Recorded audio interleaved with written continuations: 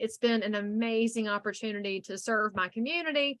I do real estate where I grew up, which is NASCAR country and banking world. I have 2 teenagers, a husband. I have 33 chickens and a turkey in my yard. I love to garden. I love to shoot, and I love to run. So I live a very busy life, and I love it. And real estate is amazing because it can either run your life or run with your life. And I let mine run with me. I don't let it run me. Welcome to the Jennifer J. Hammond Podcast.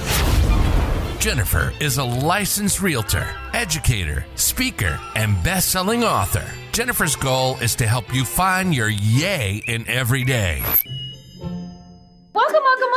This is Jennifer Hammond, and I'm so excited. I have an amazing Leigh Brown with us today. Oh my gosh, she has an incredible podcast that is entitled The Crazy Shh That Goes On in Real Estate. So welcome to the show. And you're wholesome for not saying it out loud. That's why, though, if y'all go to listen to Jennifer's episode on my podcast, you're going to see the little black box with the E in it, which was the whole reason I called it Crazy in Real Estate, because I wanted the black box with the E so my teenagers would think I was relevant. Well, that was well done. I mean, I guess as soon as I read it, I thought, man, I used to do a show on Sirius XM that was called The Confessions of Real Estate Agents. And I thought that was on, well, when I was on, I'm not on anymore, but it was on 126 and 128 for a while. We kept moving us around, but for 10 years. And one of the things that I did is I really loved having, real estate agents tell real stories. And that's the reason that as soon as I heard yours, I was like, oh my gosh, we need to do a real story. Okay. So first, let you tell people a little bit about yourself before I get on to side roads. So should we warn your audience, the whole conversation is going to be like this. So exactly. You ready for a rabbit trail, because this is exactly what happened on the episode on my podcast. If you haven't yet listened, I'm sure we'll have a link in the show notes so you can go back and forth. But I'm Leigh Brown. I'm a realtor in Concord, North Carolina, which is just outside of Charlotte. It is not a suburb. It is a separate city. We're just neighbors. I've been in the business for 23 full-time years, but I got licensed in 1998 just in case I ever wanted to get into real estate. And it was a good thing because I wasn't cut out for the corporate world, which many realtors find out very quickly they were not meant to be under somebody else's thumb. And it's been an amazing opportunity to serve my community. I do real estate where I grew up, which is NASCAR country and banking world. I have 2 teenagers, a husband. I have 33 chickens and a turkey in my yard. I love to garden. I love to shoot, and I love to run. So I live a very busy life, and I love it. And real estate is amazing because it can either run your life or run with your life. And I let mine run with me. I don't let it run me. And I think that's so well said. And I love the fact that you share so much on on everything from YouTube to your social media. And I love because one of the things is as real estate agents, we are so we're off by ourselves all the time. And we really need to be able to talk to each other, and we really need to be able to support each other and help each other out. So I'm going to throw you a curveball, which I know you're going to love right away. One of the things that I have had, especially from people who come from, I'm going to say your area, they come up to the Washington, D.C. area. They always are like, so can you find me a haunted house? And I'm like, well, that's not really in the MLS. We talk about 2 bedrooms, 3 bedrooms, 2 bathrooms, what do they want? And they're like, but I really want one that's haunted. Could you find a haunted one for me? Have you ever had anybody ask you for that? No, I have not, but I have been in houses that I am convinced if something has gone wrong in it. And I find it to be fascinating because people love to ask questions they know they're not really supposed to ask, and they're not material facts. So even if I knew, I didn't have to disclose, because North Carolina, if somebody died in the house, I don't have to tell them.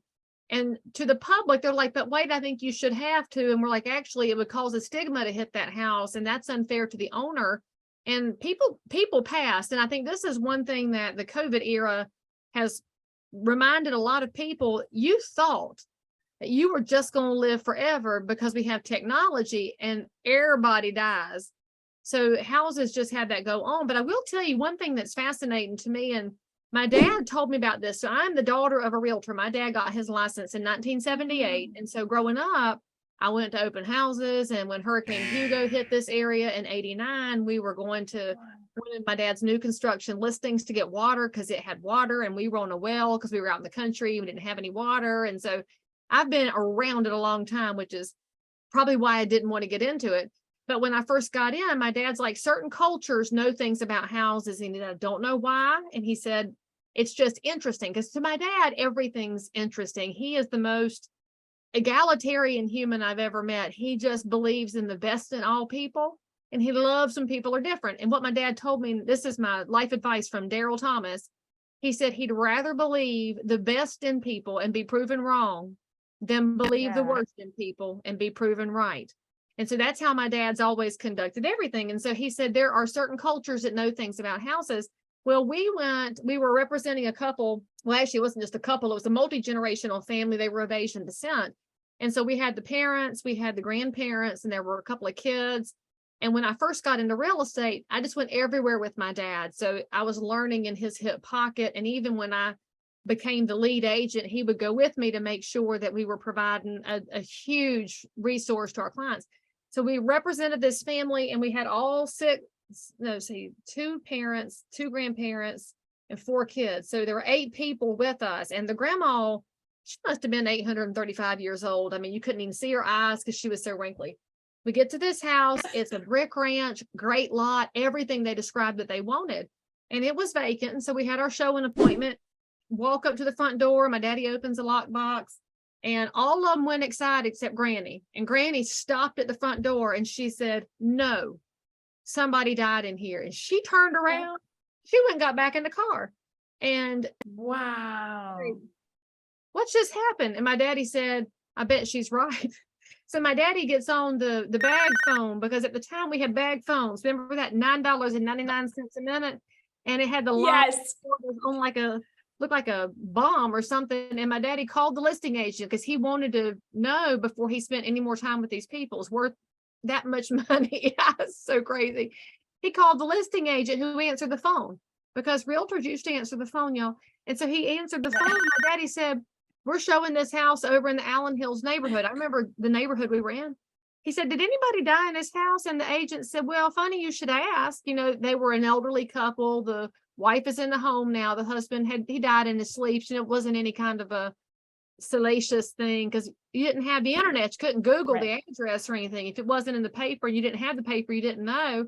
And he was like, yeah, no big deal. The daddy died. And my daddy said, all right, thank you. And so he went back to the family, and they said, well, you know, where's Mama? And my daddy says, well, she's gone on to sit in the car.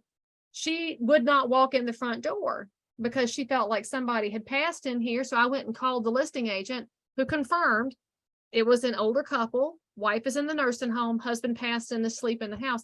That family turned around and hightailed it out of that house. And I was like, this is wild. How did she know? And my daddy said, I don't know how she knew. He said, but every time I've worked with a family of Asian descent, something, and he said, I don't know, maybe it's their faith or whatever. Wildest thing I've ever seen. And they obviously did not buy that house. So my long story to you is, I've not been asked to find a haunted house, but I have been asked about houses that had death in them. So we'll just call that a related subject. How about that? Exactly. And I think it's an interesting one because, again, as you just said, in certain jurisdictions, it is considered, like Virginia, there's a weird case that went all the way to the Supreme Court in Virginia. And so it gets a little bit blurry, but it basically says when what you just said, if in some way that it being haunted or someone dying in it makes it stigmatized, meaning that it increases or decreases the value of a property, it's considered a material fact, and a real estate agent needs to disclose it. But the real estate agent got sued in that particular case. And so it's always been one over the years that I'm fascinated on different jurisdictions on how because again, as you know, when we go into the MLS, we can't say 3 bedrooms, 2 bedrooms, haunted, not haunted, no deaths, new deaths or whatever. Those are things that we can't have, but people ask those kind of questions. So, well, I mean, you watch enough TV programs and you have those ghost hunters, and they're always in there with their little devices, and there's all these stories. There's always stories about houses that have, spirits in them, and whatever you believe of them or not, houses have personalities. And so Yes. if you're going to go to sleep in there at night, you kind of like to know what the stories are, whether it's true or not. Mhm. There's not really a good way for the consumer to know what the previous family experienced living there, because usually they say, well, this is the trash day and here's the keys and this light switch is backwards, and that's about all they tell them, much less 2 families ago. And especially if it's an older, maybe a historic house. And up in the DC area, you have so many historic houses. We have them here in downtown Concord, and they mostly don't have a lot of story left to them, which is kind of heartbreaking, because you can see the architectural detail and you can know about the names that lived there, but the stories have vanished as our oral tradition has gotten really diluted. And I think we need to bring that back, actually. And there was an episode on my podcast last year. This lady is doing this whole project about houses and their stories, and I think it's a brilliant concept, but my goodness, it'll be hard to take hold. But if it does, it'll be good for all of us.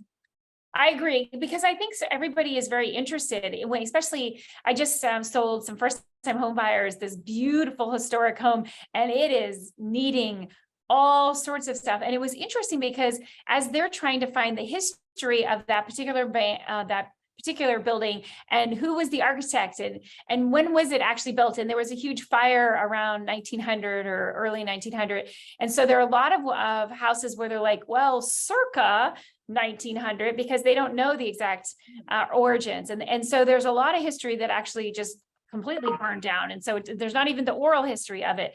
So I think it is very important to people as they're interested, and they would love to pass it on to the next generation that buys there, or the next owner, shall I say, not even next generation. So now I'm curious, as you said in the beginning, what are some of the taboo questions that you've been asked by your clients? Buyers love to say, who lives here? Are there Right. kids here that match my kids? They want to know stuff. And as realtors, there's fair housing laws to keep people on the straight and Yeah. narrow. And I will just say that I don't believe most realtors are malicious bigots.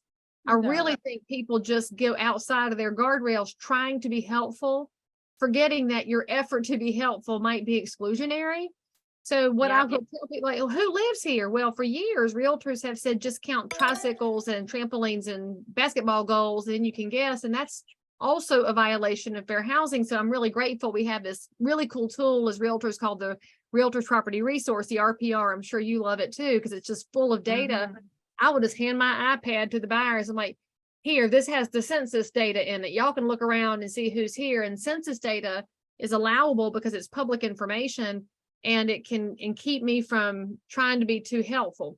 And it's the same reason my attorney told me to stop going to home inspections and stay in the whole time, because as a realtor, I know enough to be dangerous. I'm like, well, how about this and this and this? Well, I'm not a licensed inspector nor a licensed contractor, and my effort to be helpful might actually cause harm. So that's where we as realtors have to be really careful and helpful, yet thoughtful and resourceful all at the same time. Because I mean, the reason I read the Bible is the book of James, which says, you got to be thoughtful about what you say, basically, because our mouths get us in so much trouble, and it's in real estate.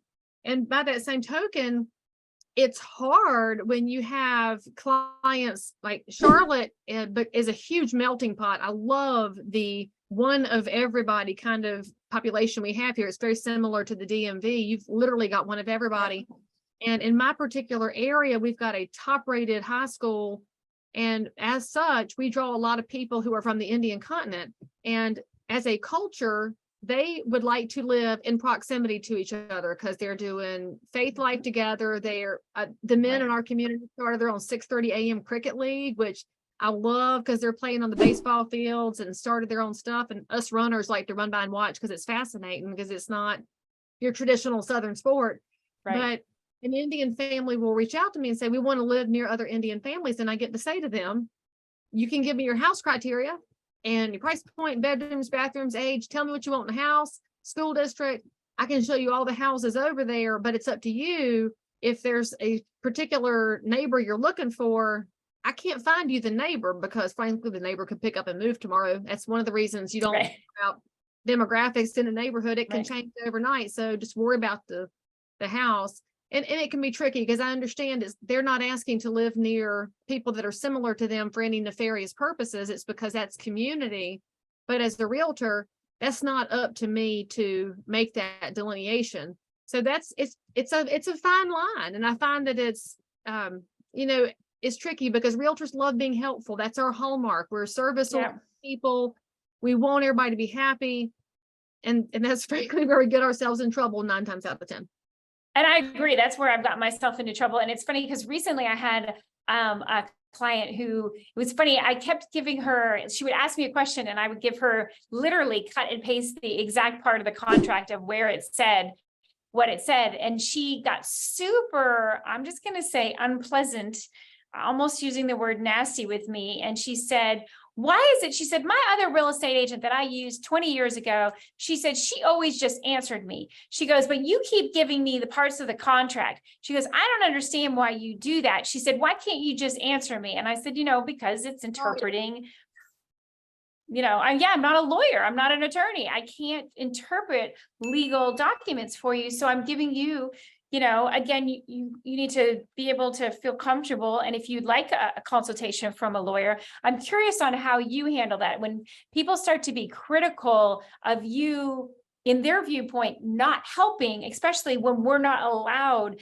Like if somebody's asking you, well, what are the crime rates? Or why can't you get me more around more Indian people? So that crime rate one it's a really interesting one because we know that crime is a top voter issue right now. It's out of control in many parts of the country. And so it's a big concern for buyers because they want to feel safe. And in fact, if you look at how we define what fair housing is, one of the tenets of fair housing is safe communities.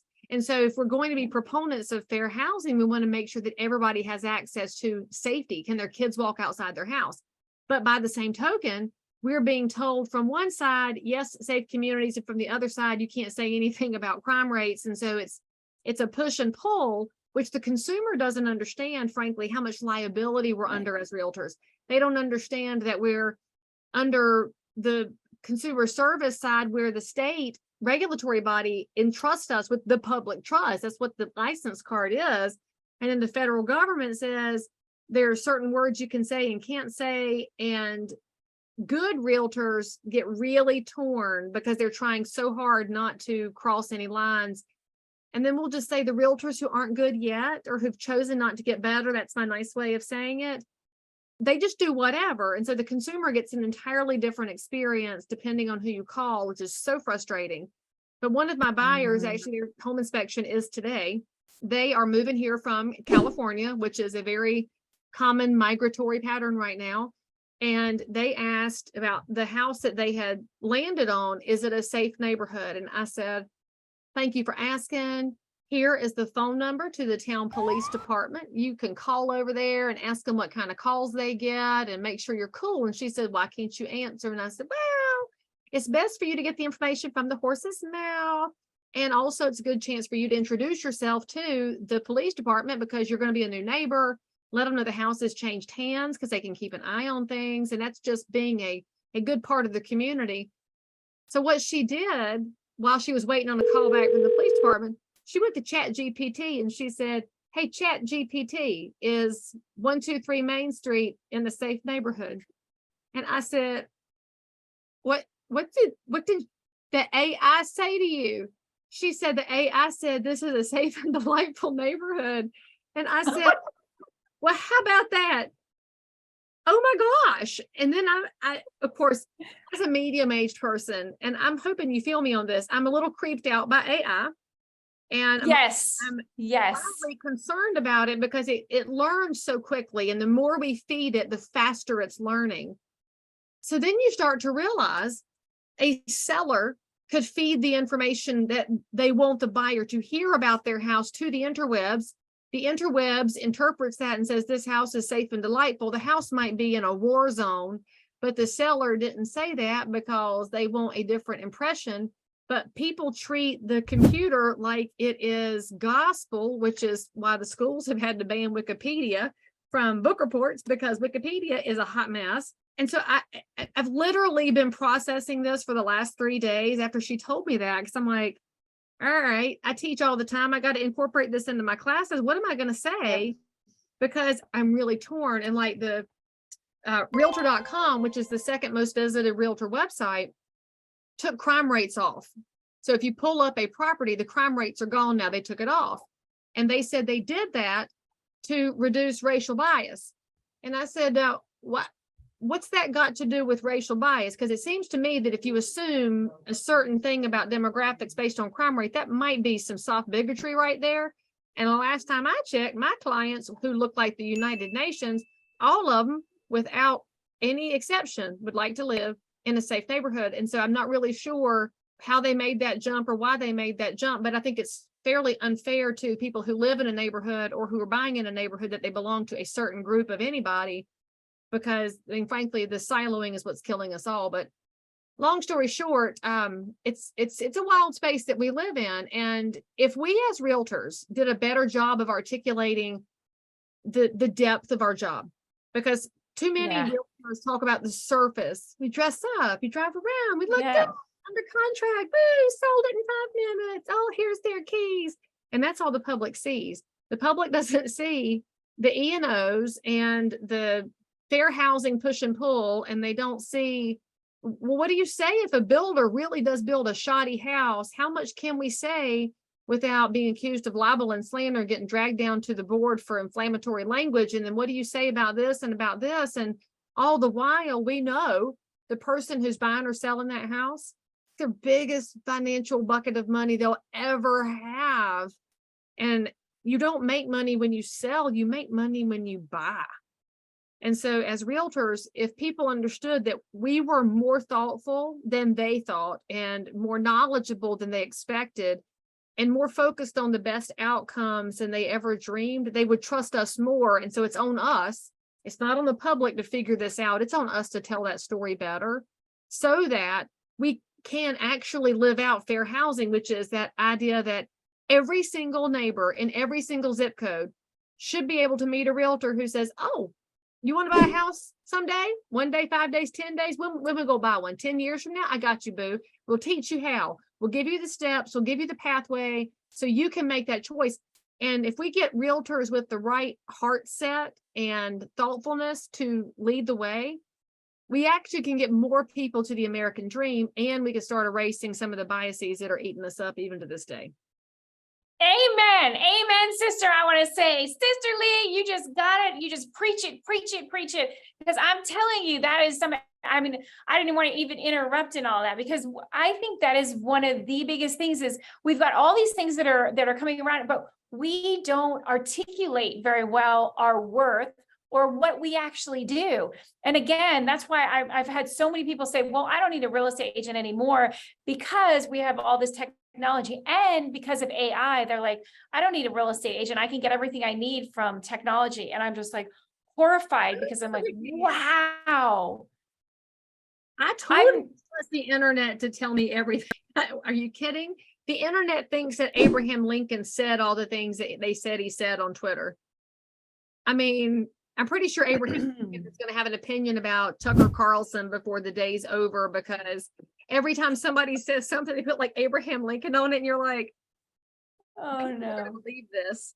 It's that episode of The Office. Do you remember where Michael Scott was doing a sales meeting? He says, you miss all the shots you don't take. And it said, Wayne Gretzky in tiny, tiny font, and then Michael Scott in a big font. I'm like, that's what's going to happen next. It's one of those things where, again, we have to own up to being able to really communicate what we're here to do. And we're not here to be the punching bag for people, but so often we are. And then one big thing that and I'm sure you could say this as well after all the years, not only because of your dad, but because of what you've experienced, no two deals are ever exactly the same. So why would you think that a real estate agent's job is like this, fluffy thing where nobody does any work? Oh my heavens, it is art and science and all of that. Same exact house. And when you've been in the business, there is a house in your market that you have personally sold more than once. I've got this one. Yes. I have sold it 5 times in 15 years.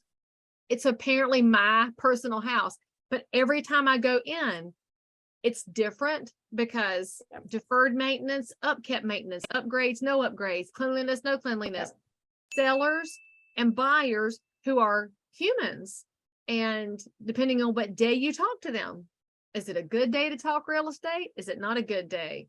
And are they going through life changes? And so even the same house, same neighborhood, same school district, same everything, all these humans get involved.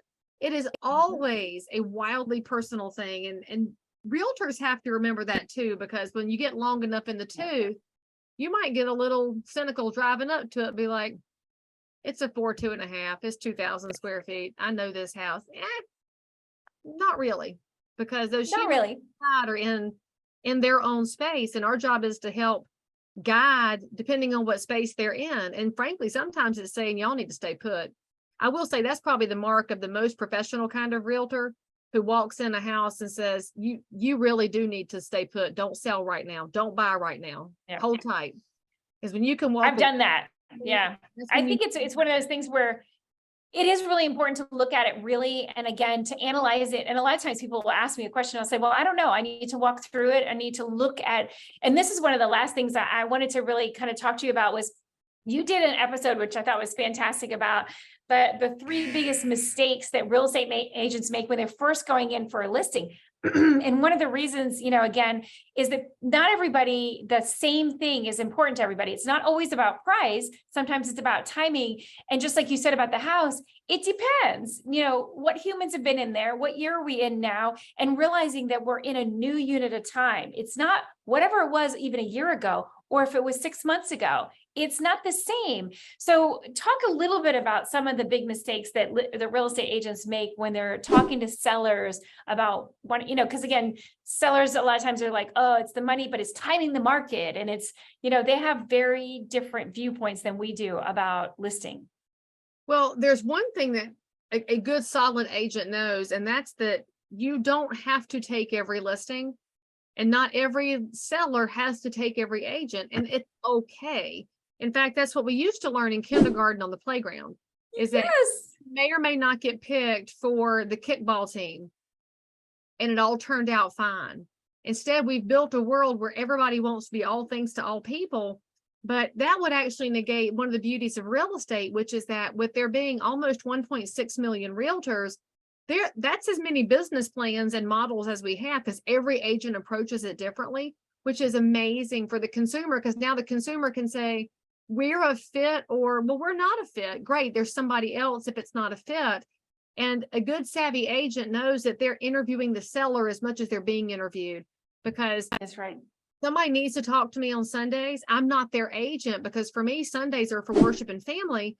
And of course, I'll work a deal if I have to in the afternoon. We all know there's moments you have to work, but it's not happening before 1 o'clock, period, into discussion, because I have a priority block on that time.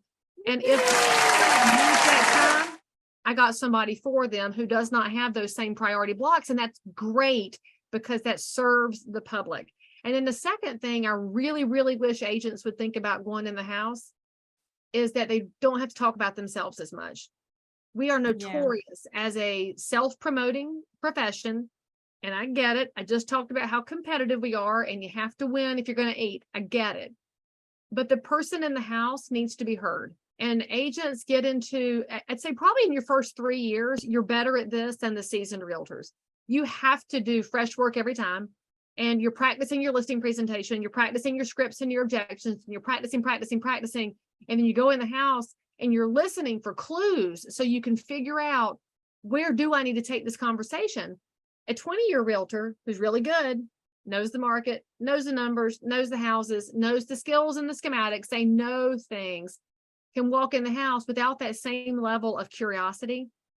And then the seller's trying to drop clues. Especially when we look at things like divorce, they don't trust you yet. And so if you're watching for the clues and listening for them, you can take all of that 20 years of knowledge and bring it to bear for them. But if you're just in there and you're doing your usual spiel and you never hear it, man, you're missing a moment to really connect to somebody.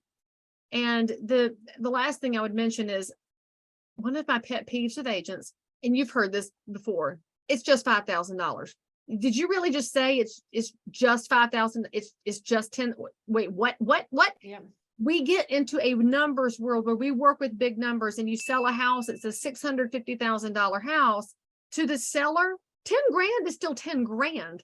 And that's probably more than a month of what they make gross at work before taxes. And it's their primary. So it was probably going to be exempt from cap gains anyway.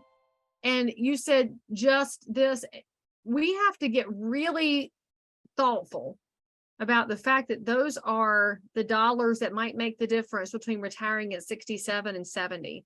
And the difference between being able to afford 3 years of college for your kid versus 4, or the difference between buying a new car or not, or paying off this debt. And we get really blasé about it.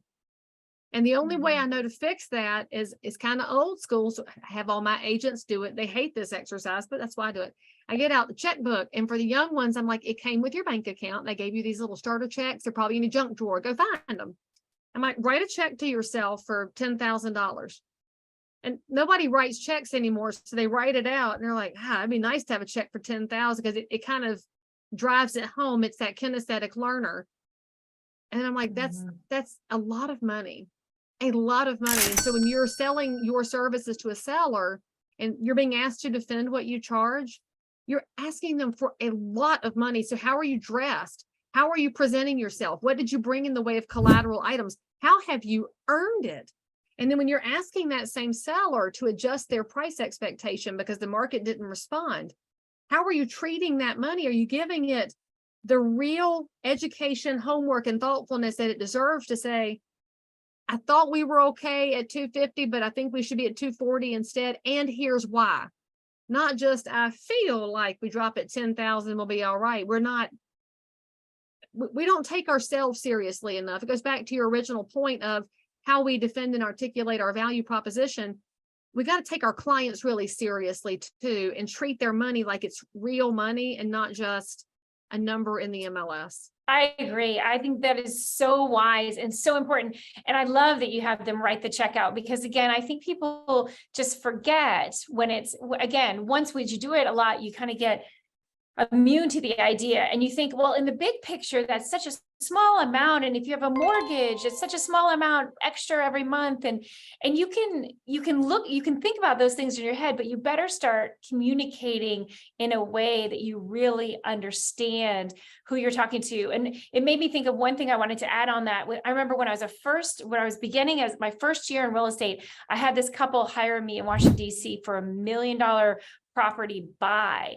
And they were trying to choose between me or this very experienced agent. And I just immediately assumed, well, they're not going to hire me. I mean, they know, even the person that referred me to them, they know I've only been doing it a year.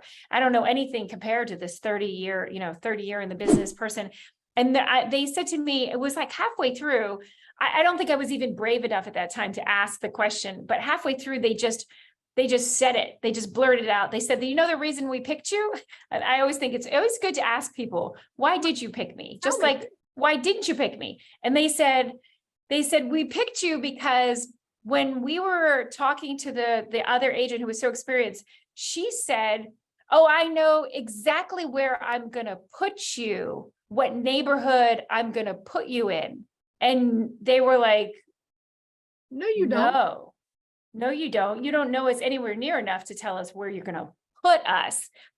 And I remember for me, again, as you just alluded to, which I thought was fantastic, is as a new agent, I kept my mouth shut. I listened, I had a pen and I was taking notes feverishly. And I was what I call parroting back to them. So did you say you want to be close to a coffee shop, or is a tea house more important to you? Or is walking to a restaurant, and of course you got to be careful about what you can walk to, what you can't, because some people are handicapped. But I realized I was so interested in asking questions and not assuming that I knew everything. And I think that's a lesson, especially as we've been in the business a long time. We need to ask a lot more questions instead of just assuming we know where to put get our buyer.